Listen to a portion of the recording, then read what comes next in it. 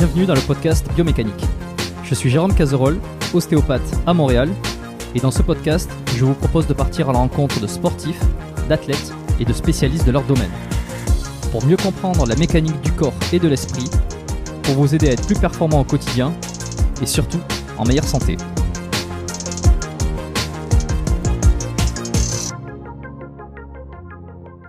C'est bon.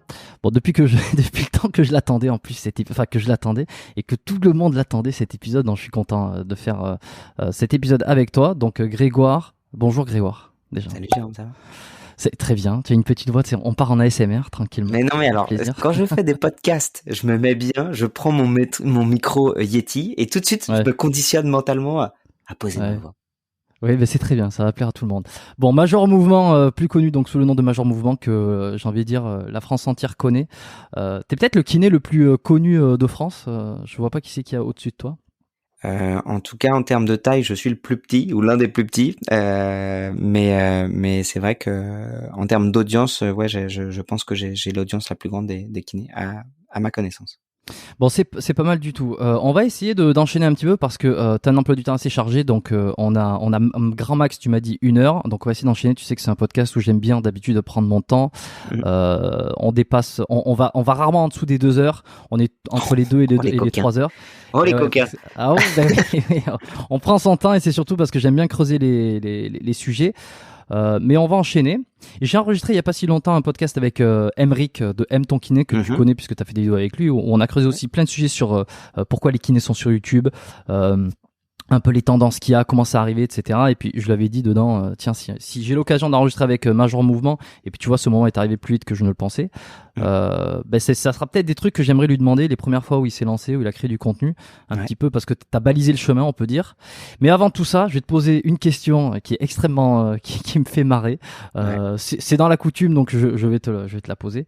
C'est pour ceux qui ne te connaissent pas, de te présenter, s'il te plaît. Je m'appelle Grégoire, je suis kinésithérapeute manuel et enseignant, et ma passion c'est de raconter des choses qu'on pense compliquées le plus simplement possible. J'aime vulgariser. Voilà, et c'est un peu ce que tu fais sur les réseaux. J'ai récemment discuté avec un collègue qui sur un petit peu le contenu que tu proposais, ce que tu faisais, et qui m'a dit moi Grégoire, Major Mouvement, je trouve qu'aujourd'hui il est en train de devenir un influenceur. Qu'est-ce que t'en penses de ça, toi? Ouais, j'entends. Je pense qu'il y a le côté où probablement que je me suis un peu rendu mainstream. Peut-être que mon discours est devenu très démocratique, ou peut-être trop lissé, ou peut-être que il n'a pas évolué à la hauteur de ce que les gens espéraient de moi. Ce que je veux dire par là, c'est que aujourd'hui, je m'adresse à plus d'1 million de personnes, tous réseaux confondus. Et donc forcément, les gens projettent sur moi une partie des attentes qui me dépassent. Et j'entends en fait. Et moi, je sais où je vais. Après, si jamais ça ne va pas dans la direction que les gens attendent de moi, ça m'empêche pas de dormir la nuit. Et qui picorent mon contenu, qui se désabonnent ou qui reviennent 2 ans plus tard, ou que juste ils soient pas d'accord avec moi, en fait c'est ok. Tout est ok pour moi. Du moment qu'on reste poli, qu'on reste courtois et qu'on ose argumenter quand on est d'accord ou pas d'accord. En fait, tout me va, moi. Et ça ressemble à quoi, tu vois, parce que t'as un peu, comme je disais, balisé le chemin, t'es un des premiers qui a créé du vrai contenu YouTube, Instagram, vidéo, et à visée éducative, à visée informative et de santé.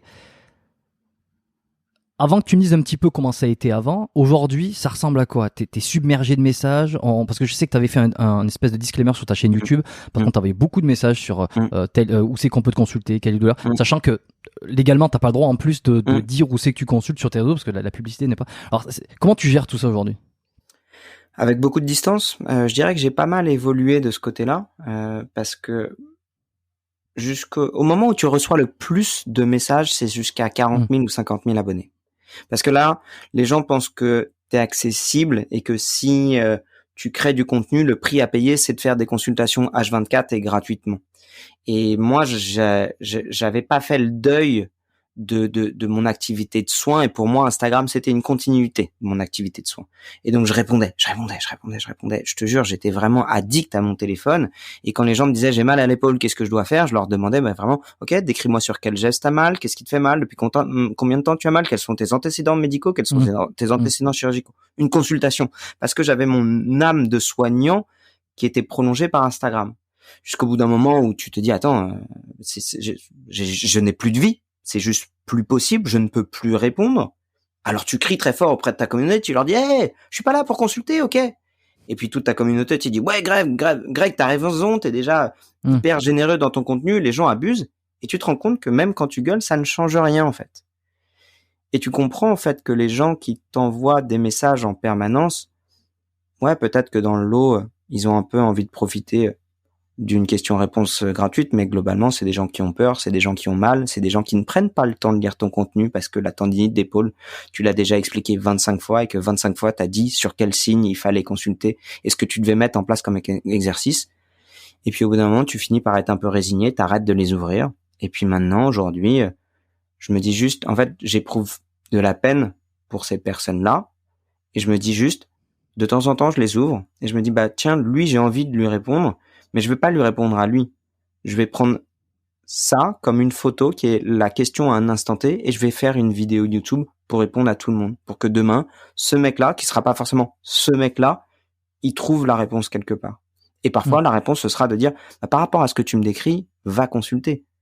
Mais ça fait flipper parce que je suis profondément soignant dans mon âme et que moi, on m'a déjà dit des trucs sur Instagram. Si le mec était venu me voir en consultation, je l'aurais moi-même déposé à l'hôpital. Par la gravité des symptômes, quoi. La gravité des symptômes et puis même le contexte. On m'a décrit des histoires de viol, on m'a décrit des AVC, on m'a décrit des pensées suicidaires. Donc forcément, quand derrière, tu dois porter ça comme bagage et que t'es soignant et que t'es habitué à ce qu'on te dise ça en face-to-face et quand ça t'arrive en face d'avoir des gens qui te disent ça, le réflexe, c'est « Ok, très bien. On est là, on va prendre le temps, on va discuter. » Toi, dans un coin de ta tête, tu te dis « Ok, je sais que je vais devoir annuler mes 4 prochaines heures de rendez-vous. Je vais me faire pourrir et je vais me faire engueuler par tous mes autres patients qui vont pas comprendre que j'ai eu une urgence, mais t'as fait ce qu'il fallait. » Donc en fait, j'ai dû faire une partie du deuil de mon métier de soignant pour pouvoir continuer à donner des infos. Et donc c'est pour ça quand tu vois, le mec me dit Major Mouvement, il est devenu influenceur. Bah ouais, parce qu'en fait, littéralement, je peux pas soigner 1 million de personnes, c'est juste techniquement pas possible.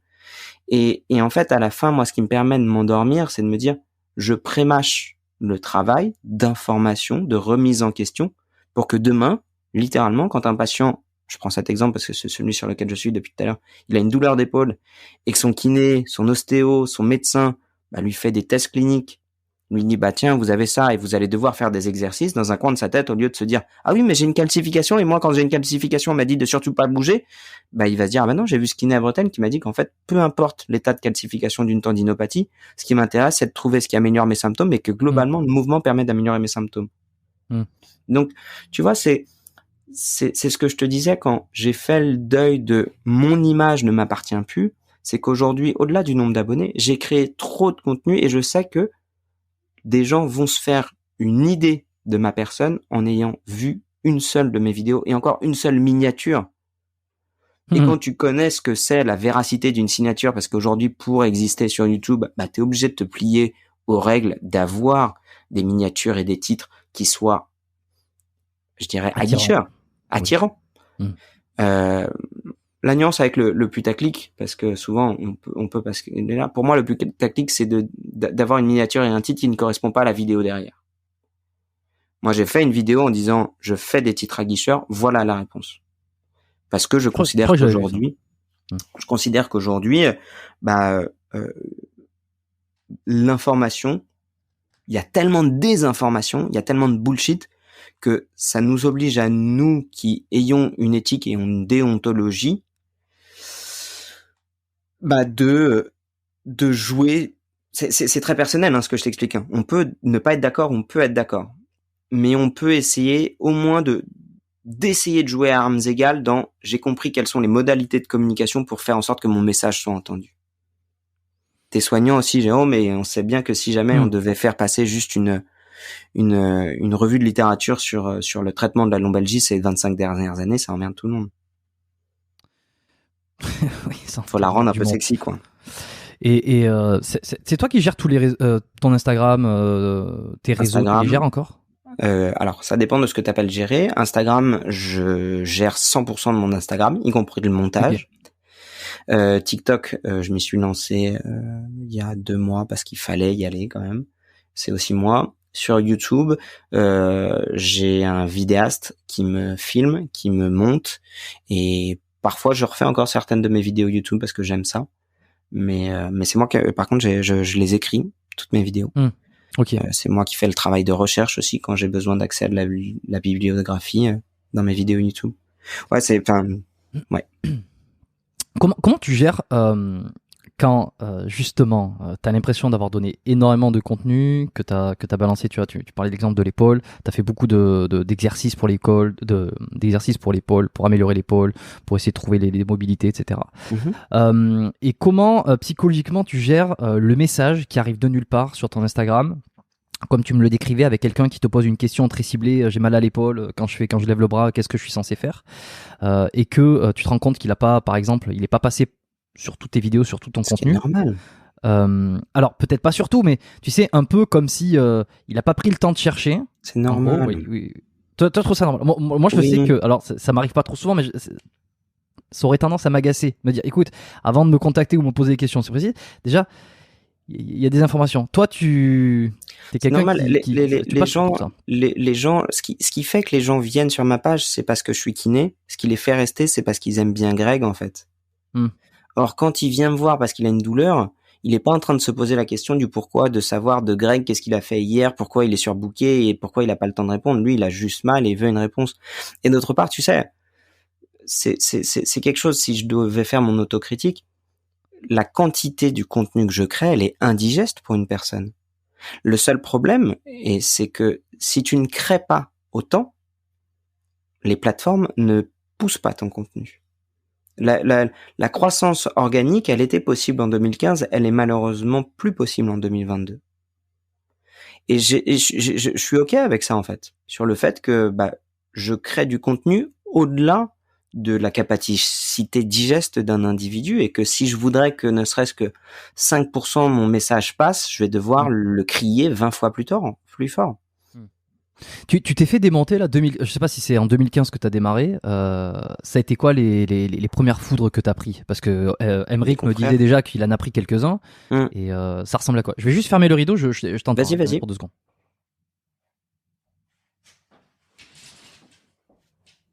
C'est bon, je t'entends, hein, tu peux me dire.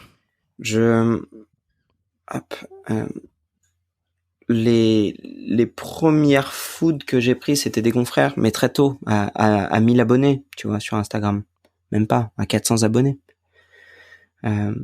C'était quoi quand on te disait? C'était arrête de dire n'importe quoi, ou alors c'est confidentiel? Tu montes de la rotation externe, c'est de la rotation interne, tu sais vraiment pas de quoi tu parles. Excuse-moi, mais les points d'insertion de l'obturateur externe, c'est sur la face antérieure du sacrum, pas sur le bord latéral. Excuse-moi, mais sur le spondylolisthésis, l'extension n'est pas contre-indiquée. Elle est juste, au contraire, modifiée en fonction de la symptomatologie de tes patients. Et c'est OK, quoi. Et tu vois, tu sais ce qui m'a boosté là-dessus. Alors on aime ou on n'aime pas. Moi j'aime beaucoup je suis pas d'accord avec tout ce qu'il dit, mais j'aime beaucoup le personnage d'Idriss Aberkan. Il raconte une blague que j'aime beaucoup. C'est un client, il rentre chez un maraîcher, et puis là il y a 2 boîtes, et il y a une boîte avec un couvercle et une boîte sans couvercle, et sur les 2 boîtes il y a écrit, sur la boîte avec le couvercle il y a écrit escargot anglais, et puis sur la boîte sans couvercle il y a écrit escargot français. Et le client il dit, mais pourquoi est-ce que les escargots français ils ont pas de boîte, enfin ils ont pas de couvercle, et pourquoi les escargots anglais ils ont un couvercle? Et le maraîcher lui explique, ça c'est très simple monsieur, les escargots anglais, si jamais il y en a un qui essaie de sortir, ils vont tous vouloir sortir. Tandis que les escargots français, si jamais il y en a un qui essaie de sortir, ils vont tous le rattraper pour lui dire de rester avec eux. Donc, Je l'ai pas très bien raconté, mais je pense que tu as compris l'idée. Mais je pense que j'ai compris l'idée. J'ai compris l'idée. On a tous compris l'idée. C'est que, effectivement, on a plus envie de te tirer vers le bas et te rester parmi les tiens. Enfin, te faire rester parmi un peu cette base, plutôt que de te voir t'envoler et de se dire, OK, on va avec lui, on fait tous quelque chose de différent, même si on prend quelques risques. C'est ça. Même si tout ce qu'on dit pas base, parce que base, c'est péjoratif. Je suis allé dans une direction qui n'avait jamais été explorée. Est-ce qu'elle était bonne? Est-ce qu'elle était mauvaise? Moi, personnellement, c'est là où ma petite voix intérieure m'empêchait de dormir chaque nuit pour me dire, il faut aller par là, quoi. Personne l'a jamais exploré, il faut y aller, en fait. Et c'est pas parce que personne n'y est jamais allé que c'est mal. Juste, mec, vas-y, tu vas bien voir ce que tu vas prendre sur la gueule. Bon, ça secoue un peu au départ, et puis une fois que t'es, entre guillemets, tellement loin, tu les entends plus gueuler. Est-ce que tu reçois encore des critiques, par exemple, du corps médical, essentiellement, puisqu'il y a toujours ce clivage entre la médecine classique, très étude, très structurée, tu sais, c'est comme ça, c'est le symptôme, c'est le diagnostic. Et derrière, t'as les thérapies manuelles, t'as la kiné, t'as l'ostéo, peut-être l'éthiopathie, la naturopathie, enfin, toutes ces, alors, non, la kiné reste quand même très, profession de santé, hein. Mais toutes ces thérapies qui sont pas encore considérées comme, vraiment, acquis par 100% de la population comme quelque chose de prouvé, de clair. Il y a ce clivage. Est-ce que toi tu le ressens en tant que kiné, parce que tu fais quand même pas mal de thérapie manuelle et je suis obligé de te le dire, mais ça ressemble. Il y a beaucoup de choses qui ressemblent à de l'ostéo quand tu manipules. Et d'ailleurs, ça sera une de mes prochaines questions sur à quel moment la thérapie manuelle serait pas de l'ostéo déguisé. Mais bon, ça c'est comme ça, je tape dans la fourmilière. Ouais, tu reçois beaucoup de critiques donc du milieu médical pour tout ça, pour ce côté un peu. Alors, en 2 temps, clairement, tu l'as très très bien compris. Il y a ceux qui sont du milieu médical, je mets des guillemets parce que le milieu médical aujourd'hui, c'est très nuancé, hein. C'est plutôt un espèce de gris un peu fondu que du noir et du blanc, soit tu y es pas. Mais donc, je dirais de la part des professionnels médicaux au sens étatique du terme, j'ai très très peu de critiques. J'ai parfois des kinés qui sont experts qui sont pas d'accord avec moi, et quand on finit par être sur du débat d'experts, chacun a sa bibliographie, chacun a son expertise, chacun a ses patients. C'est du débat d'experts, c'est toujours très intéressant du moment que c'est cordial. La chance que j'ai, et ça je le dis, mais la plupart du temps les gens ne l'entendent pas, c'est que Grégoire, c'est pas un très très bon kiné. Grégoire, il a la chance juste d'être prof en thérapie manuelle, où chaque année, il y a 2 mecs qui se font toute la littérature scientifique, qui redonnent l'intégralité des dernières recommandations scientifiques sous un forme d'un cours de 28 heures, et Grégoire, il le reprend annuellement. Donc en fait, mes connaissances à moi ne sont que la vulgarisation d'une photo à un instant T prise par les mecs de l'ITMP. Donc tu imagines tous les biais qu'il peut y avoir là-dedans. Déjà, comment tu fais rentrer toute la littérature scientifique en 28 jours, c'est un choix, par les mecs de l'ITMP qui sont pas ceux d'autres organismes de formation, et traduit au travers du prisme de Greg, et traduit au travers de ses choix et ses mots à un instant T dans une vidéo. Donc, tout ce que je dis est forcément critiqué, critiquable, ne serait-ce que par tous ces biais, et c'est quelque chose dont j'ai pleinement conscience. Ça, c'était pour la première partie, mais cependant, le cœur et le corps de mon discours est basé sur des connaissances qui font quand même plutôt consensus, et qui fait j'ai relativement très très peu de critiques, et si j'ai des critiques, c'est sur des points très spécifiques. Donc finalement, sujet relativement peu intéressant car très consensuel. L'autre que tu as soulevé, beaucoup plus intéressant, si tu veux reformuler ta question pour remettre encore un petit peu de pied dans les fourmilières pour tes auditeurs. Sur l'ostéo? Sur l'ostéo et la thérapie manuelle. Mais peut-être que tu vas m'expliquer ce que représente exactement pour toi la thérapie manuelle et ta vision de l'ostéo, et à quel moment on parle de thérapie manuelle, à quel moment on parle d'ostéo, et évidemment c'était la formulation n'est pas est-ce que la thérapie manuelle ne serait pas de l'ostéo déguisé, sans dire le mot ostéo. Bon, j'ai pas vraiment de parti pris. Évidemment, moi je suis ostéo, mais si tu veux, je m'en fiche un petit peu. Moi, au-delà de mon combat, au-delà de ma profession, de mon activité, moi ce qui m'intéresse, c'est plus les débats de fond, c'est discuter, un petit peu comprendre les tendances. Parce qu'en soi, je m'en fous qu'on fasse de l'ostéo, de la kiné, de la naturo, peu importe. Il y a des techniques qui se recoupent. Mais on t'a déjà targué de ça, forcément. On t'a déjà dit, mais attends, mais Greg, t'es ostéo. Et même dans tes commentaires YouTube, on voit très bien, j'adore tes techniques d'ostéo. Alors c'est marrant, mais tu dois dire, non, pas vraiment. Avant de vous laisser poursuivre cette vidéo, je fais une petite pause de quelques secondes juste pour vous rappeler que cet épisode est disponible en format podcast, donc audio sur Spotify, Apple Podcast, Deezer, Google Podcast et toutes les plateformes d'écoute. Vous pouvez donc le retrouver en entier et profiter de tous les épisodes du podcast Biomécanique ailleurs que sur YouTube. Ça vous permet d'écouter le podcast dans votre voiture ou les transports pendant vos déplacements, lors de vos entraînements, lors de vos repas si vous êtes tout seul, ou bien avec toute votre famille, bien évidemment. Mais également pendant que vous faites la vaisselle, pendant que vous faites le ménage, ou même sous la douche. Bref, tous ces moments où vous n'êtes pas obligé de rester derrière un écran. Ça fait des années que j'écoute moi-même des podcasts uniquement sur ces applications, et croyez-moi, ça a changé ma façon de consulter du contenu. Donc faites-moi confiance, foncez sur les plateformes d'écoute, vous le regretterez pas. Et non, même pas, je suis comme toi, moi je m'en fous en fait. Je m'en fous. Si jamais demain on veut me dire que la thérapie manuelle c'est de l'ostéo déguisé, très honnêtement, je ne vais pas à l'église thérapie manuelle tous les dimanches pour faire mes prières. Mon identité à moi, elle n'est pas celle d'une étiquette, elle est celle de mon soin et de l'amélioration de mes symptômes de mon patient. Donc je n'ai pas d'ego, je n'ai pas de parti pris là-dessus. J'ai l'étiquette thérapie manuelle parce que c'est ce que j'enseigne, mais si jamais tu veux y mettre un autre nom, c'est ok pour moi. Je ne rentrerai pas dans la guerre d'ego de un tel a fait une école d'ostéo, un tel a fait une école de thérapie manuelle, je m'en branle royalement. Maintenant, ça c'est pour la partie vraiment le socle de mon débat. Je ne rentre pas dans des débats d'ego, je rentre dans des débats techniques. Ouais. Techniquement, qu'est-ce qui devait faire la différence? La thérapie manuelle, clairement, a énormément changé, à mon sens, ces 3 dernières années. Celle que j'ai apprise en 2015, c'était clairement une bonne partie, du moins. Alors tiens, on va faire ça juste avant. Petit préambule. L'ostéo, pour faire très très simple, et si on devait avoir une image un peu globale, on va dissocier le viscéral, le crânien et le structurel. Au sein même du structurel, ça va dépendre en fonction des écoles. Nous, de la thérapie manuelle, on ne fait ni du crânien ni du viscéral. On va faire que du structurel. D'autre part, uniquement dans l'ostéo, le structurel répond à un bilan ostéopathique. Dans la thérapie manuelle, on ne fait pas de bilan ostéopathique. Donc on ne garde que le structurel pour une manipulation à l'étage. Donc finalement, d'un débat qui semblerait être ostéo versus thérapie manuelle, tu regardes juste, ok, en fait, on parle d'un outil, d'une technique qui serait la technique articulaire et uniquement la technique. Ok, maintenant parlons technique et à mon sens, quand j'ai appris en 2015 la thérapie manuelle, donc technique structurelle, c'était clairement des techniques issues des modèles ostéopathiques. On m'a appris les lois de Frayet, qui, en 2015, quand je les ai apprises, étaient gravées dans le marbre. Même si dans tes mains, tu sentais bien qu'il y avait une couille dans le pâté parce que tu avais une FRS droite, puis finalement tu le manipulais de l'autre côté et 2 étages plus au-dessus, tu le manipulais et tu avais quand même une amélioration de tes symptômes. Et tu disais, bon, j'ai pas fait exprès, mais le coup est parti tout seul et ça marche bien. L'ostéopathie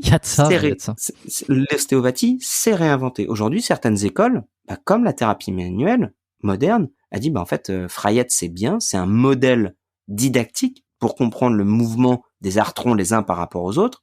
Déjà qu'on se prenait les pieds dans le tapis entre la physiopathologie, la pathologie, la physiologie et puis la symptomatologie.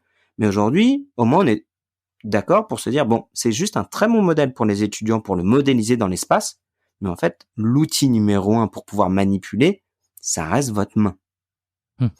Et c'est là où finalement le cœur du débat se situe. Si tu enlèves l'ego, si tu enlèves c'est de la thérapie manuelle, machin déguisé, juste de se dire, en fait, la manipulation articulaire, qu'est-ce qu'on veut? Et s'il devait y avoir une différence entre l'ostéopathie et la thérapie manuelle aujourd'hui, elle serait presque là-dessus, sur la spécificité, non seulement de la technique corrective, mais de la symptomatologie qui en découle. À savoir, l'ostéopathe, à mon sens, et j'ai aucun problème pour le dire, a une meilleure main que le thérapeute manuel, pour la bonne et simple raison qu'il aura passé 5 ans sur sa technique, là où moi j'ai passé 1 an sur ma technique. On va prendre une sacro-iliaque, très simple. Technique de base qu'on apprend en premier séminaire, technique de base que vous apprenez en première année. On va pas se mentir, Jérôme. La technique de sacro-iliaque, techniquement, c'est dur. Faut en bouffer des sacro-iliaques pour être capable, à la fin, de sentir si ta barrière motrice, elle est liée juste à la raideur, à l'hypermobilité de ton patient, mais surtout de se dire est-ce qu'elle était ante, post, est-ce que c'était la technique indiquée par rapport à la symptomatologie de ton patient, bref, ainsi de suite, c'est passionnant. Et on en arrive juste à cette conclusion qui va faire la différence entre l'ostéopathe et le thérapeute manuel, c'est que l'ostéopathe, il va chercher à avoir la technique corrective qui va répondre à ce qu'il a trouvé comme perte de mobilité ou comme trop de mobilité ou comme dysfonction.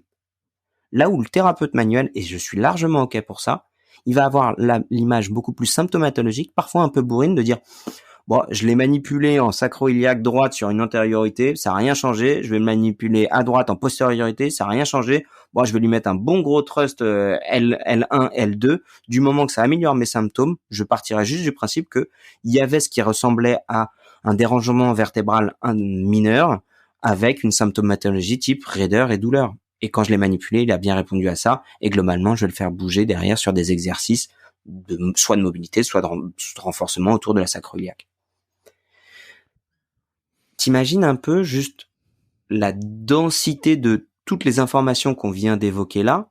Il faut déjà avoir un peu de bouteille pour être capable de se dire, OK, je vois ce que dit Greg, je vois là où il s'est planté dans les mots, je vois là où je suis à peu près d'accord, et que globalement, quand on me dit, la thérapie manuelle, c'est de l'ostéopathie déguisée, je dis, soit t'as rien compris à l'ostéo, soit t'as rien compris à la thérapie manuelle, mais viens, on commence à discuter.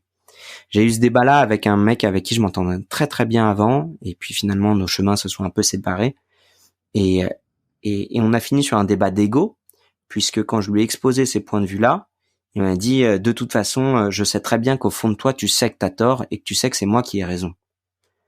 Je dis mec, j'ai 34 ans, j'ai 2 enfants. Qui sommes-nous pour dire qui a tort ou qui a raison? Il n'y a pas de parallèle entre le fait que j'ai 34 ans et j'ai 2 enfants, mais c'est juste que pour prendre un peu de relativité et prendre un bon pas de recul, si tu veux que j'ai tort, si tu veux, j'ai tort. En vrai, in fine, qu'est-ce qui m'intéresse, moi, c'est que si t'as un patient qui vient avec une douleur lombo-sciatique, que tu enlèves tes drapeaux rouges, que tu le manipules, si c'est indiqué, et que tu le manipules pas si c'est indiqué, que t'aies un bon discours, que tu le rendes autonome, et globalement que tu sois boucher, charcutier, ostéo ou kiné, c'est juste le soir pour t'astiquer la nouille avec ton étiquette et ton diplôme. Qui a tort ou qui a raison. Il y a toujours une part d'ego, mais bon, tu vois, c'est intéressant parce que entre ces différentes techniques, ces différentes façons, cette compréhension de la globalité, du bilan ostéo, de la technique, tu vois, là, on voit déjà que en termes de pratique, en termes d'activité, de thérapie, et puis on n'a pas parlé des autres thérapies, où je sais pas si j'aurai le temps de demander ton avis un petit peu sur d'autres choses, mais on se rend compte de la, à la fois de la richesse et de la diversité qui est absolument énorme des soins qui existent en France de manière générale, en francophonie, même dans le monde entier. Rajoute à ça le contenu que toi tu peux créer sur ta chaîne YouTube, que tu l'as dit, tu es obligé d'avoir une fréquence et une constance et une production énorme. Tu multiplies ça par le nombre aujourd'hui de peut-être de nouveaux kinés qui viennent d'arriver sur les réseaux, qui viennent d'arriver sur YouTube, sur Instagram et qui produisent du contenu à caractère éducatif, informatif, thérapeutique, etc. On peut, pour celui qui n'a pas ce background, qui n'a pas peut-être étudié, qui n'a pas été dans le sport pendant des années, qui est celui qui arrive sur ton compte, sur tes DM, sur tes messages sur Instagram, qui dit j'ai mal à l'épaule, j'ai regardé 1 ou 2 articles peut-être, mais je sais pas quoi faire. Il y a un énorme contenu, il y a énormément de propositions. Comment on ramène à quelque chose de très simple sur, on oublie la douleur d'épaule, on va être sur la santé. C'est aujourd'hui, Greg, je te dis. Il y a trop de trucs, je vois trop de trucs. Qu'est-ce que je suis censé faire pour rester en bonne santé selon toi? Est-ce que je dois bouger? Est-ce que je dois prendre du collagène? Est-ce que je dois manger de ceci? Est-ce que je dois arrêter de stresser? Est-ce que je dois aller voir un naturo, un physio, un ceci, un cela? Je sais plus. Je sais plus quoi faire. C'est hyper intéressant parce que il y a ce côté zoom in, zoom out. Faire très simple, manger, bouger. Ok, en 2 phrases, tu l'as dit, le bordel. Ça veut tout dire, ça veut rien dire. C'est comme comment on fait pour perdre du poids? Tout le monde sait qu'il faut bouger plus et manger moins. Bon, très bien. Mais Maintenant, tu sais, je pense que c'est toute la limite de la surconsommation de contenu et la surproduction de contenu dans laquelle on est en train de vivre. J'ai pas vraiment la réponse à la question que tu me poses, Jérôme, sur le coup, parce que je suis jugé parti mais c'est surtout que je pense que si t'arrives et que je te demande, ok, c'est qui le meilleur Avengers? Tu dis, mec, tu les as vus les films? Non. Dis-moi, c'est qui le meilleur? En fait, ça dépend. Moi, je kiffe Wolverine, mais on le voit quasiment jamais. Toi, tu vas aimer Spider-Man. En fait, je pense que la réponse, elle dépend tellement de tout un tas de facteurs qu'elle est difficile à donner. Donc, c'est pour ça que, tu vois, typiquement, j'adore créer du contenu, mais ça a énormément de limites. Et c'est pour ça que je quitterai jamais le cabinet, en fait. Parce qu'au cabinet, j'ai pas 1 million de personnes, j'ai une personne en face de moi. Et quand il me demande, ok, je dois faire quoi pour perdre du poids ou je dois faire quoi pour me mettre en santé, je dis, ok, ben, t'en es où aujourd'hui? D'où tu viens? C'est quoi? Raconte-moi ta vie, en fait. Et à partir de ce que tu me racontes, je vais pouvoir te donner une solution. Et tu vois, c'est sur ce côté, c'est ce que j'adore. Micro et macro, zoom in et zoom out. C'est que je suis capable, d'un côté, de te faire un repas sur mesure juste pour toi qui vient me voir à un instant T à 16,13 € parce que c'est le prix d'une séance de kiné en France, mais en même temps je vais être capable de faire une vidéo qui va être vue, j'aimerais bien, ça m'arrive pas à chaque fois, mais allez, disons par 500 000 personnes. Bah je peux pas faire à 500 000 personnes un soin individuel au même titre que ça aurait pas de sens si un patient venait me voir et que je lui dis bah tu sais quoi, regarde ma vidéo sur l'épaule Coco, hein, et puis je reviens dans un quart d'heure quand t'as fini de la regarder, quoi. Je n'ai pas la réponse à ta question, je pense qu'elle est forcément contextuelle en fait. Ouais, bien sûr. Et la loi du capitalisme dirait que par exemple aujourd'hui, tu pourrais mettre tes consultations, tu pourrais au lieu de les passer de les faire à 13, tu pourrais les mettre à 150, à 200, comme si tu étais un spécialiste de renommée au moins nationale. Ouais, c'est pas quelque chose dans lequel je crois. Quand les gens viennent me voir pour mes tarifs, ils sont fixes. Quand les gens viennent me voir pour une séance de kiné avec une ordonnance, je suis au tarif de la Sécu. Quand ils viennent me voir pour un bilan mobilité, renforcement musculaire et un peu prépa physique et faire un point sur une séance de thérapie manuelle, je les vois 1 heure. Je peux pas dire mon tarif pour des raisons de non concurrence, mais ce sont les mêmes tarifs que les tarifs de mes confrères qui sont dans la rue juste en face. Parce que pour 2 raisons. Pour moi, je ne veux pas que quand les gens viennent me voir, et c'est très facile de me trouver, hein, il suffit de savoir utiliser Google. Je précise parce que je reçois beaucoup de DM en disant « Bonjour, vous avez l'air super, comment vous consultez ?» ou l'inverse.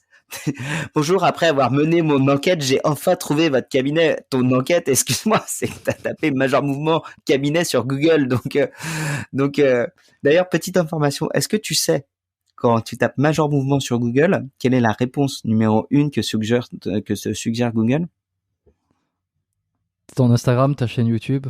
Numéro 1, c'est mon cabinet. Numéro 2, c'est le mal de dos. Numéro 3, c'est une photo de ma femme. Donc c'est dire si... Est-ce que je vais pas aller regarder parce que je suis curieux?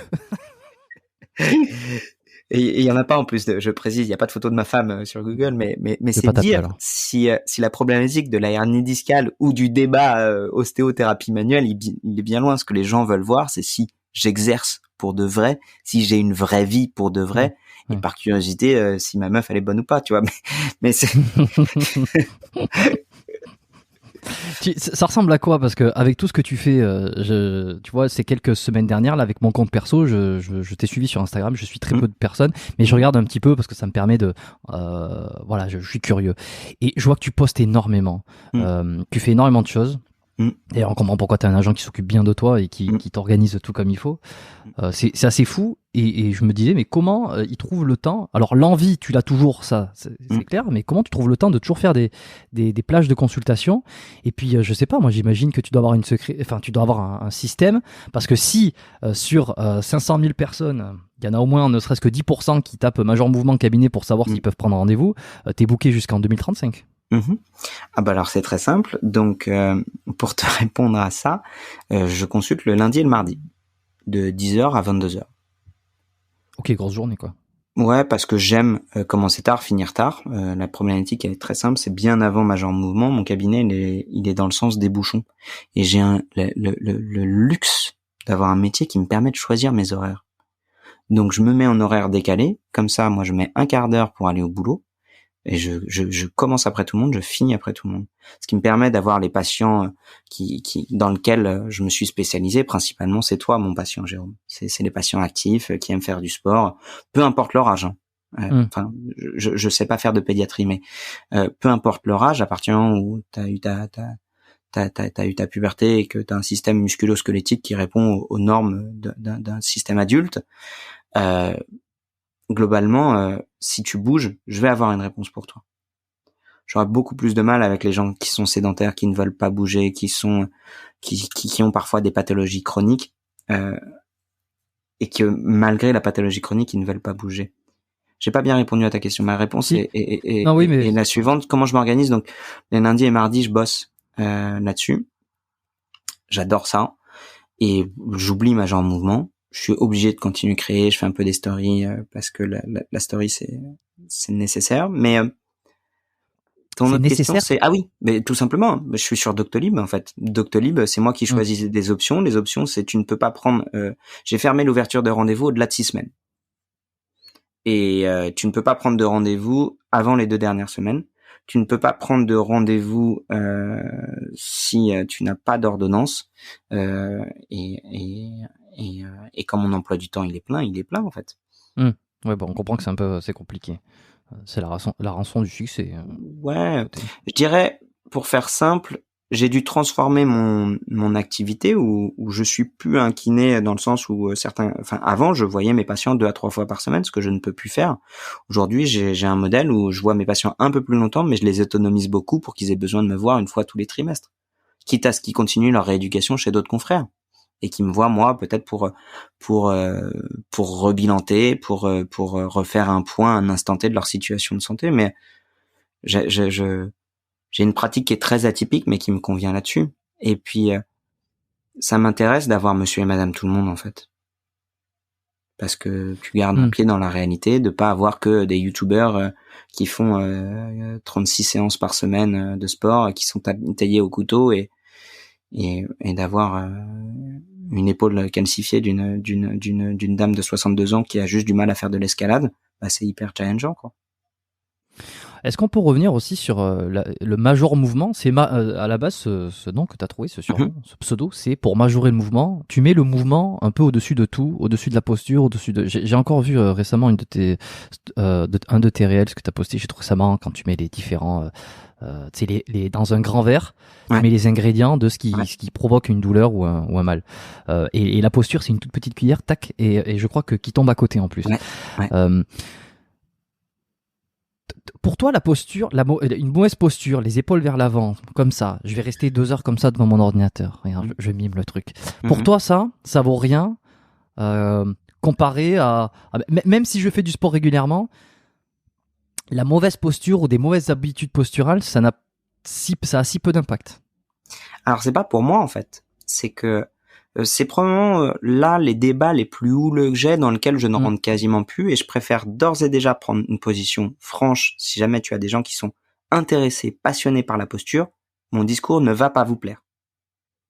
C'est bien ça. C'est mon discours. Ça va faire râler, mais c'est intéressant pour ça. Le système postural est passionnant, et on a énormément de littérature sur le système postural, du tissu conjonctif, de l'œil, de l'oreille interne, le pied, tout ce que tu veux. On peut corriger un système postural. Redonner des informations, t'as des résultats qui sont waouh. Ok, système postural, c'est ok, je suis 100% d'accord avec vous. Le système de la douleur, qu'on commence à comprendre parce qu'il est extrêmement complexe. À ce jour, au moment où je vous parle, on n'a juste pas fait de lien entre une défaillance du système postural qu'on corrigerait qui améliorerait la douleur. Du moins, pas plus que du placebo. Et le placebo, attention, c'est très mal connoté, mais moi je l'utilise systématiquement. J'ai transformé, on ne parle plus d'effets placebo, mais d'effets contextuels. Et on considère aujourd'hui que les effets contextuels sont responsables de 30% de l'amélioration des symptômes. 30, et même parfois certaines études nous parlent de 60%. Donc en gros, pour faire très simple, aujourd'hui tu prends n'importe quelle thérapie, de la posturologie ou un mec qui tape sur un bambou, sur une pathologie, tu peux avoir une amélioration de tes symptômes et parfois une amélioration extrêmement significative. La vraie question qu'on doit se poser, c'est si on passe tout ça au crible de la littérature scientifique, se dire, ok, en fait, si j'ai fait de la posturologie sur 3000 personnes qui avaient tous les mêmes symptômes, et que je leur ai fait tous un protocole de traitement basé sur une philosophie posturale, est-ce que je les ai améliorés de manière significative? Et si oui, au-delà du placebo? Et à mon sens, aujourd'hui, il n'y a pas de littérature qui prouve ça. Et en fait, c'est ce qui me pose problème par rapport à la posturologie. C'est que c'est passionnant. On peut en parler pendant 8 heures. On peut faire des podcasts là-dessus. On peut écrire des tas de bouquins. Moi, maintenant, ce qui m'intéresse, c'est pas de prêcher des gens qui sont convaincus de l'intérêt du système postural. C'est demain, la réalité du terrain, c'est que tu as un patient qui vient te voir et pour 16,13 €, Je vais pas l'envoyer chez un dentiste, chez un orthophoniste, chez un orthoptiste, chez un podologue, parce que je sais, et on a de la littérature là-dessus, qu'à partir du moment où tu commences à avoir des pratiques qui sont en dehors des recommandations scientifiques, tu augmentes au bout de 3 séances de 50% le risque de passage à la chronicité. Pour faire simple, tu as quelqu'un qui vient te voir avec une douleur sacro-iliaque et tu dis c'est très simple, c'est parce que vous avez la jambe gauche qui est plus courte que l'autre, du coup ça tire sur votre psoas, ça met une super grosse contrainte sur votre sacrum qui vient en postériorisation et cette postériorisation du sacrum, elle vient ouvrir ce petit canal L5S1 et du coup ça met une pression sur votre racine nerveuse et ça vous déclenche une sciatique. Et en fait cette sciatique elle est liée à cause du psoas parce que vous êtes sûrement le bassin légèrement décalé à cause d'un spasme au niveau du diaphragme. C'est passionnant. Toi et moi, on a dû apprendre des heures pour en arriver à ce type de conclusion-là. Et on va devoir apprendre des heures pour savoir comment libérer un psoas, manipuler une sacroiliaque, corriger une fausse jambe longue. Je suis d'accord avec ça. Maintenant, si on fait ça sur 300 patients, combien est-ce qu'on améliore sur le long terme? Versus, on fait de l'éducation thérapeutique. Versus, on a une approche critique et symptomatologique. Versus, je le remets et je le rebousse à faire une activité physique. Et là, on parle plus de semelle, on parle plus de psoas, on parle plus de posture. Le problème, vraiment, et c'est là où on peut avoir un débat d'experts, c'est que quand tu as un patient en face de toi, tu sais très bien que 95% des informations que tu vas lui donner vont passer à la trappe.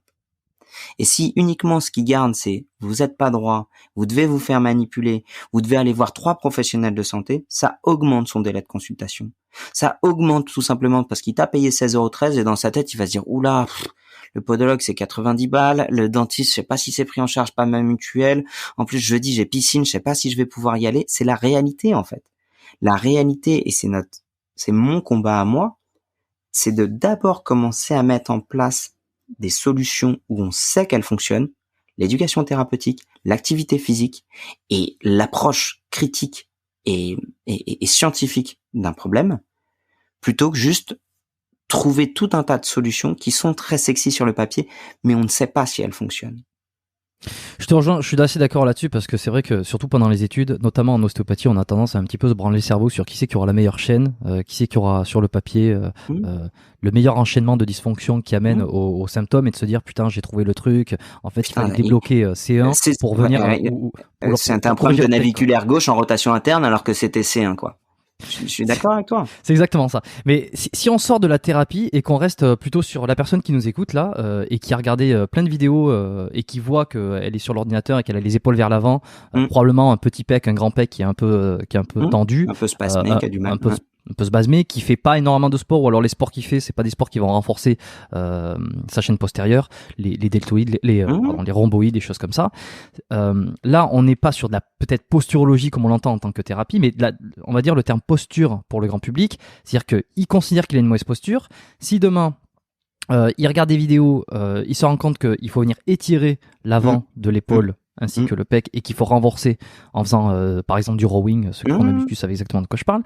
Pour toi, ça, on est efficace, on est dans la correction de posture ou pas? Oui, la limite pour moi, elle est entre l'aspect esthétique, l'aspect sportif. Évidemment, si tu es 8 heures par jour enroulé vers l'avant et que ton sport c'est de faire du dos crawlé ou ne serait-ce que de faire des tractions, tu peux avoir une limitation d'amplitude tout simplement parce que tous tes systèmes proprioceptifs, mécanorécepteurs, tout ce que tu veux, sont habitués à être toujours dans la même position.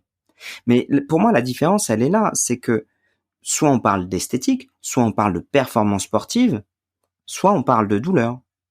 Parfois, ça peut aller se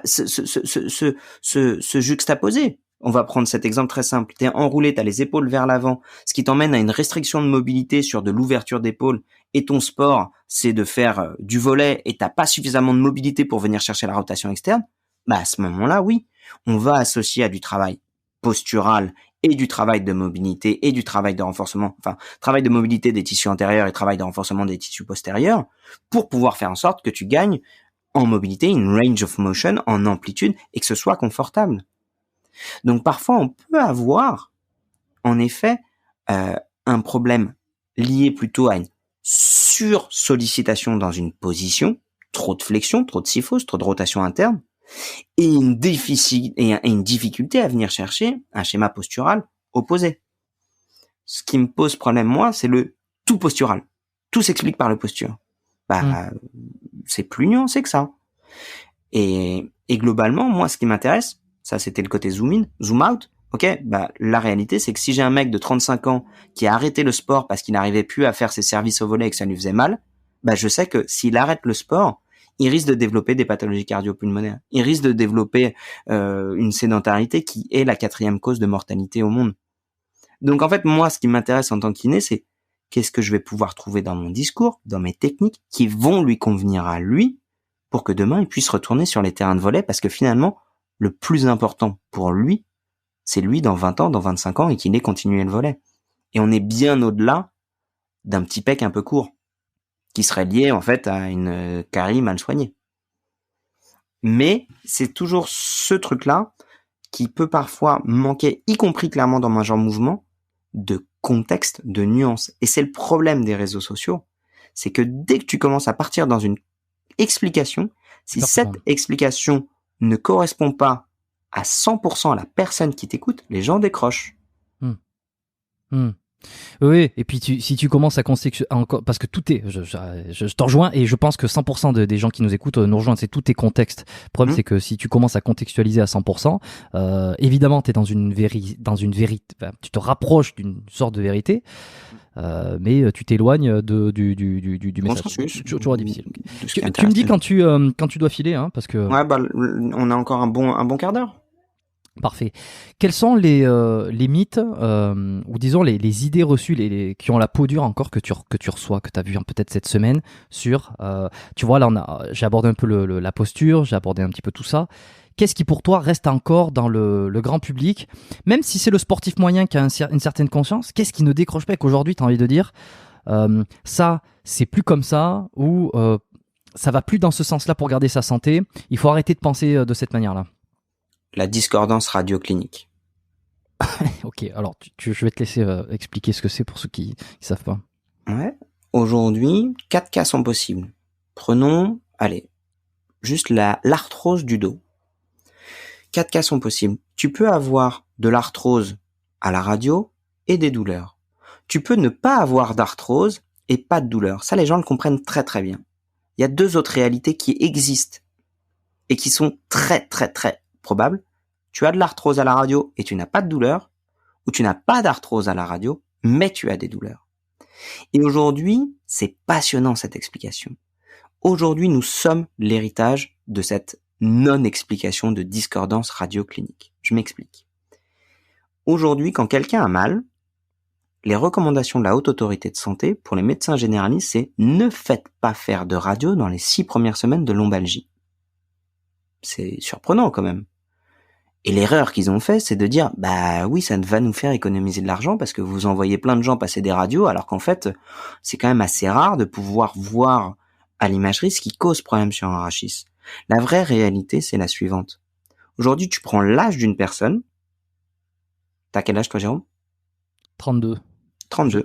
Oui, 32, ouais. Faire très simple, tu as 32% de chance, si on te passe une IRM aujourd'hui, que tu aies des douleurs ou pas de douleurs, de retrouver des hernies discales, de retrouver de l'arthrose, de retrouver des becs de perroquet, de retrouver une fusion L5-S1. Que tu aies douleurs ou que tu aies des douleurs ou que tu n'aies pas de douleurs. Discordance radioclinique. Et en fait, aujourd'hui, pour les gens, la douleur se voit à l'imagerie. Ce qui pose problème là-dedans, c'est que dans les 2 scénarios où il y a une discordance radioclinique, c'est qu'on va dire aux gens qui n'ont rien à la radio, mais qui n'ont pas de douleur, la douleur est dans votre tête. Non, clairement, les tissus mous peuvent générer une très très grosse douleur. Les tissus mous ne se voient pas à la radio. Oui, et si c'est dans la tête, c'est dans le corps de toute façon. Donc. On est d'accord, parce que de toute façon, c'est ton cerveau qui traite 100% de tes informations, y compris celui de la douleur. Et t'as l'autre cas qui est plus compliqué. C'est des gens à qui on va faire une imagerie pour X raisons. Et on trouve qu'ils ont une hernie discale. Ou alors ils ont un petit peu mal. Et on leur passe une imagerie. Et on trouve qu'ils ont une hernie discale. Et on leur dit, vous avez une hernie discale, faites gaffe, vous allez finir paralysé. Vous devriez arrêter le sport, c'est mauvais. Ou pire, ils font déjà du sport, ils sont très bien, ils font du crossfit. Ils se sont juste fait un petit spasme musculaire. Mais ils ont eu tellement mal avec ce spasme musculaire, parce qu'un spasme musculaire, ça peut faire extrêmement mal. Et pour les gens qui ne me croient pas, je vous invite à taper Nadal crampe sur YouTube. Il a une crampe au niveau du mollet. Cette vidéo, elle est impressionnante. Juste pour comprendre que, en fait, tu vas voir des anormalités sur ton rachis à la radio, à l'IRM, qui sont pas forcément en lien avec tes douleurs. Et donc, on va donner des consignes aux gens qui sont censés leur faire du bien. Faites du sport, zoom out. Globalement, on sait que c'est bon. Et zoom in, peut-être en ce moment, c'est un peu sensible si tu n'es pas capable de tolérer ton deadlift à 150 kilos parce que, tu t'es fait une petite dysfonction sacro-iliaque, parce que c'est un peu étiré sur ton nerf sciatique, ce qu'on ne peut pas voir à l'imagerie, et qu'en fait, on s'est rendu compte quand on te fait ton bilan, que ça se trouve, ta hernie discale, tu l'avais déjà depuis 4 ans, mon conco, elle était complètement asymptomatique, que quand je vais venir tester tes structures, en fait, t'as un carré des lombes qui flambe de ouf, qui est extrêmement algique, qu'on peut traiter très efficacement avec un bon trigger point, mais qu'en fait, quand je mets en compression tes tests, ton rachis discal, quand je mets en compression ton disque intervertébral L5S1 avec des tests cliniques validés, en fait, je ne recrée pas tes symptômes. Ça veut dire quoi? Qu'on a trouvé une hernie discale à l'imagerie, mais que ta douleur n'a rien à voir avec ta hernie discale. Et que quand bien même, le traitement pour la hernie discale, c'est de faire du sport. Et donc, en fait, tu combines à ça une croyance populaire très forte de mon imagerie me donne l'origine de ma douleur, une explication médicale de j'ai une dysfonction sur ma radio et elle explique la douleur avec, en fait, sur la réalité sur le terrain, la douleur, elle est multimodale. Parfois, elle peut venir vraiment, tu peux avoir une racine qui va être comprimée par une hernie discale avec des tests cliniques qui sont positifs. À savoir, une imagerie qui est positive et des douleurs qui correspondent à mon imagerie, ça existe. Mais en fait, discordance radio-clinique, ça veut dire ce que ça veut dire.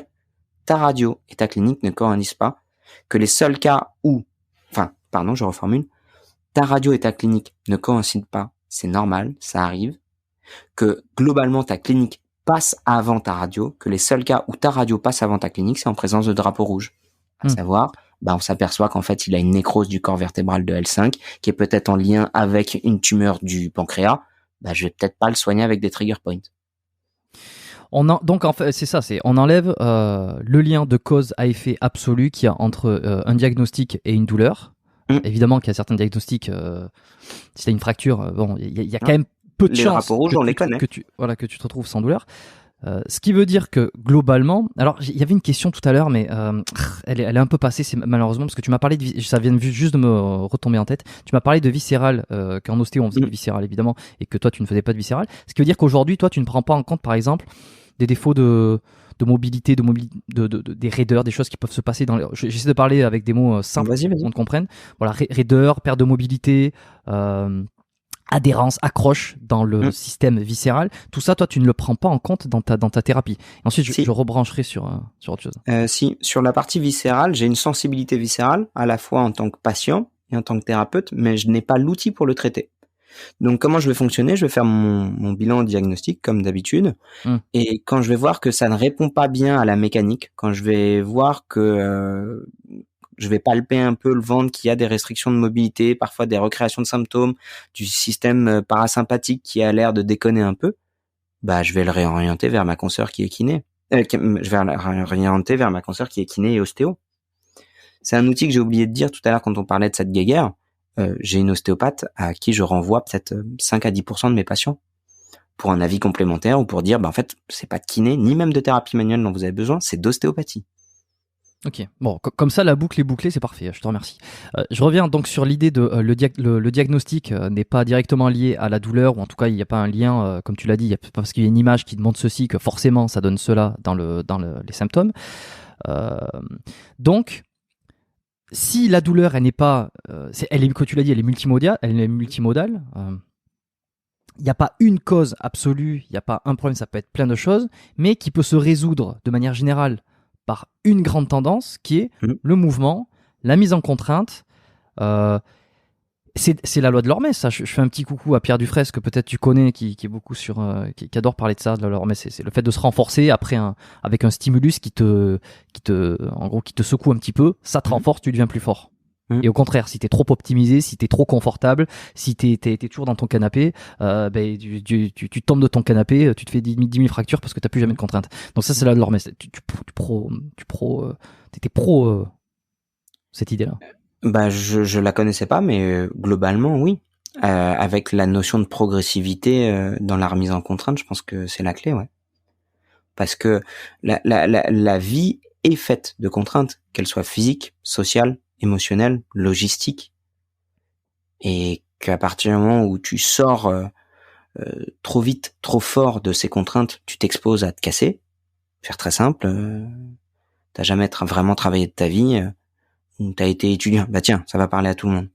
T'as été étudiant toute ta vie et pour la première fois, t'es confronté au monde du travail. Ah bah ça fait bizarre, hein. Que les trucs ils collent pas aussi bien que ce que t'as vu dans les bouquins, que en fait les belles théories que t'as appris dans les bouquins, bah en fait t'as Michel de la compta qui te fait bien comprendre que ça marchera jamais. Parfois il aura raison, parfois il aura tort, mais c'est toi dans la contrainte, dans la réalité sur le terrain que tu vas te rendre compte que bah, t'es un peu obligé de te battre pour essayer de te faire passer tes idées, qu'il y a des fois des idées qui vont casser, puis il y en a qui vont prendre, quoi. Je suis assez d'accord avec cette théorie-là. Est-ce que ça serait pas casser encore un mythe si je poursuis dans cette idée-là, faire du soulevé de terre à 150 kilos, il y a encore pendant les 5-10 dernières années, on entendait très dangereux pour le dos, très risqué, attention, tu vas te casser le dos. Et là, j'ai l'impression que depuis quelques mois, on en revient à cette idée. Limite, faites-le le dos rond, ça vous renforcera. Bon, on va un petit peu trop dans l'extrême, mais tu vois, il y a plein. Tout ça, c'est cyclique. C'est cyclique. En fait, ce débat, il est génial et moi, j'aime beaucoup le contextualiser. On va faire en 2 temps. Ok, pose juste la question aux gens, est-ce que faire un soulevé de terre à 150 kilos, c'est bon ou c'est mauvais? Bah, j'ai envie de te dire, pose la question à des athlètes crossfitters. Qu'est-ce qu'ils vont te dire? Ils vont dire c'est bon, C'est bon. J'ai besoin de ça. Ouais. Pose la question à des médecins. Qu'est-ce qu'ils vont te dire? Probablement qu'ils vont dire, parce que surtout s'ils connaissent pas, ils vont dire oula, non, dangereux, tu vas te casser le dos. À 90%, ils te disent non. Pose la question à des kinés. Ça dépend de quelle génération, j'imagine. Ça dépend à 75%, ils vont te dire c'est bon. Pose la question à des coachs. Eh ben tu vois, c'est partagé. Je fais un tout petit clin d'œil à Rudy Koya, peut-être que tu connais, et qui est un peu contre dans sa méthodologie le soulevé terre et le squat lourd, qui à terme engendrerait plus d'usure que de bienfaits. Lourd, je précise, hein, c'est juste. Ok. Rudy Koya est, je pense, l'une des rares personnes avec qui j'ai eu un débat qui s'est terminé par on n'est pas d'accord et on le sera jamais. Okay. Et notamment sur sa vidéo sur la hernie discale, où il m'a renvoyé dans mes 22 en me disant j'ai vu ton travail, j'aime pas ce que tu fais, ça m'intéresse pas d'échanger avec toi, et si jamais tu veux qu'on discute, regarde d'abord tout ce que je fais avant de venir discuter avec moi. On s'est mis d'accord sur notre désaccord. Je reviens du coup sur ça, pose la question au grand public. Est-ce que c'est bon ou c'est mauvais de faire du deadlift à 150 kg? Moi, je pense que le grand public, il va se pencher de l'avis des médecins, à mon avis. Je suis d'accord. Médecins qui, malheureusement, dans leur cursus médical, entre soigner la rubéole et pouvoir diagnostiquer un âge osseux, n'ont pas un cours de soulevé de terre à 150 kg. Ils mériteraient, et ça leur ferait tous du bien. Mais non, ils n'ont pas ça. Maintenant, deuxième question. Est-ce que faire un soulevé de terre dos rond, un Jefferson curl, repose la question aux gens. C'est bon ou c'est mauvais? Alors là, je pense que les 75% de kinés qui étaient favorables à le faire dos droit, quand tu leur demandes est-ce qu'on peut le faire dos rond, bah non. Parce qu'en fait, on nous a tous appris que quand tu étais dos rond, tu augmentais de 300% ta pression sur les disques intervertébraux. Ah, il y a un petit parce que cette étude, elle date des années 70, elle a été faite sur des cadavres. Et en fait, on a appris pour argent comptant. Ça fait des exercices pareil. De cadavres. Un mec mort et un mec vivant, que c'était pareil que... Bah non, en fait, t'as quand même tout un système musculaire qui fait que quand t'es vivant, bah t'as un peu plus de force que quand t'es mort. Et que probablement la contrainte mécanique, elle va plutôt sur tes muscles quand ils sont engagés, quoi. Donc, la question de savoir si on peut le faire, je crois que tu peux pas te tromper en disant, du moment qu'on est progressif, on peut le faire. avec la limite qu'on sait aujourd'hui, et c'est un débat qu'on a eu avec Aymeric, et je suis 100% aligné avec Aymeric, débat qu'on a eu avec Cerveau Musclé, où on n'est pas aligné, ou Cerveau Musclé qui est kiné, très pro-science, qui dit vous pouvez soulever dos rond jusqu'à 150 kilos, mais en fait, en réalité, moi, il y a un mec que j'adore beaucoup, c'est Squat University, et lui qui dit, oh les gars, on n'a jamais étudié en fait au-delà de 25 kilos un Jefferson curl, donc avant de vous dire vous pouvez tous soulever dos rond sur votre deadlift, en fait juste oser dire on ne sait pas. C'est probablement athlète dépendant, c'est probablement mode opératoire de l'entraînement dépendant. Et si tu vois les strongmen qui soulèvent dos rond, peut-être que c'est lié sur le fait qu'ils s'entraînent 6 heures par jour à soulever dos rond et qu'ils ont tout un objectif de vie qui tourne sur uniquement soulever le plus lourd possible.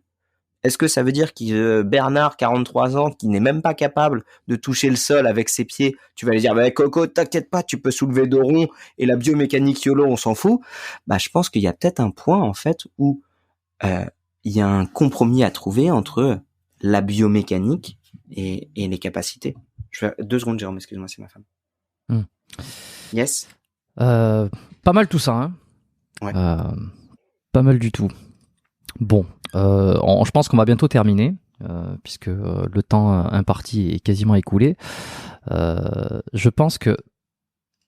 Tiens, est-ce que tu peux réactiver ton micro, s'il te plaît, sur la plateforme? Tu sais, il y a un petit micro sur ton truc, cliquez juste dessus.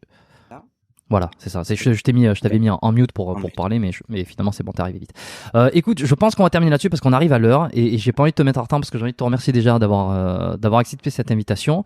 Ça a été un processus de faire quelques échanges mails avec ton agent et c'est là où j'ai compris que t'étais quelqu'un qu'il fallait réserver à l'avance et que c'était vraiment pas facile, mais j'avais aucun doute là-dessus. C'est pour ça que je te remercie.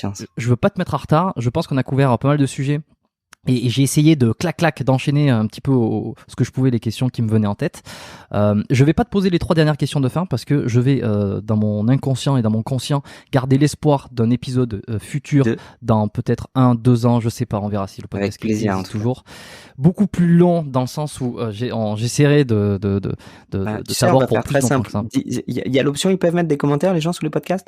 Ils sont sur YouTube jusqu'à présent, les podcasts entiers sont sur YouTube. Peut-être que ça changera, mais ils peuvent en commentaire si vous voulez un épisode 2.